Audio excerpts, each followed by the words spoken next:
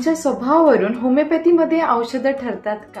राग पटकन येणं की सगळं मनात दाबून ठेवणं, इतरांची काळजी करता करता स्वतःलाच विसरून जाणं, याला होमिओपॅथीमध्ये महत्त्व असतं. होमिओपॅथीमध्ये आम्ही फक्त तुमचा आजार पाहत नाही, समजून घेण्याचा प्रयत्न करतो. तर त्या व्यक्तीला जी त्या आजारामध्ये, होमिओपॅथीमध्ये व्यक्तीचा पूर्ण अभ्यास करूनच मेडिसिन दिली जाते.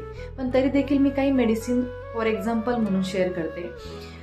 एखादी व्यक्ती असेल, ती डिसअपॉइंटेड असेल, ती तिच्या इमोशन्स तिने सप्रेसच ठेवल्या असेल, तिने व्यक्त केल्या नसतील, अशी व्यक्ती, तिला आपण नायट्रियम म्युरियाटिका म्हणून मेडिसिन देतो.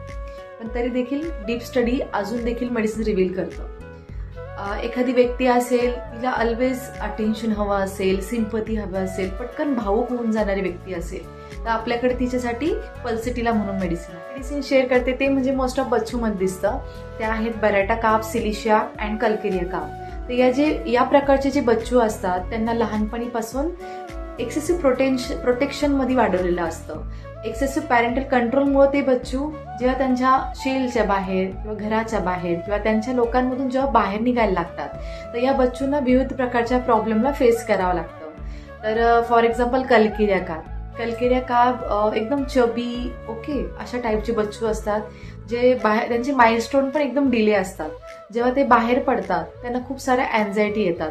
मग ती त्यांच्या हेल्थबद्दल असो, फ्युचरबद्दल असो, त्यांच्या सराउंडिंगला जे पीपल्स आहेत त्यांच्याबद्दल असो, खूप साऱ्या अँझायटी फेस करायला मिळतात. तर जेव्हा हे मोठे होतात, ठीक आहे, खूप मोठी स्टोरी याची. ॲक्च्युली मी थोडे पॉईंट शेअर करते.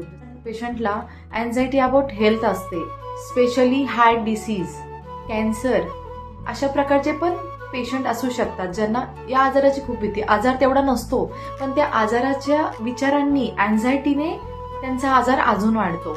तर होमिओपॅथीमध्ये असे खूप प्रकारचे औषधं आहेत. म्हणून होमिओपॅथीमध्ये स्वभावाला, त्या पर्सनला खूप महत्त्व दिले जाते.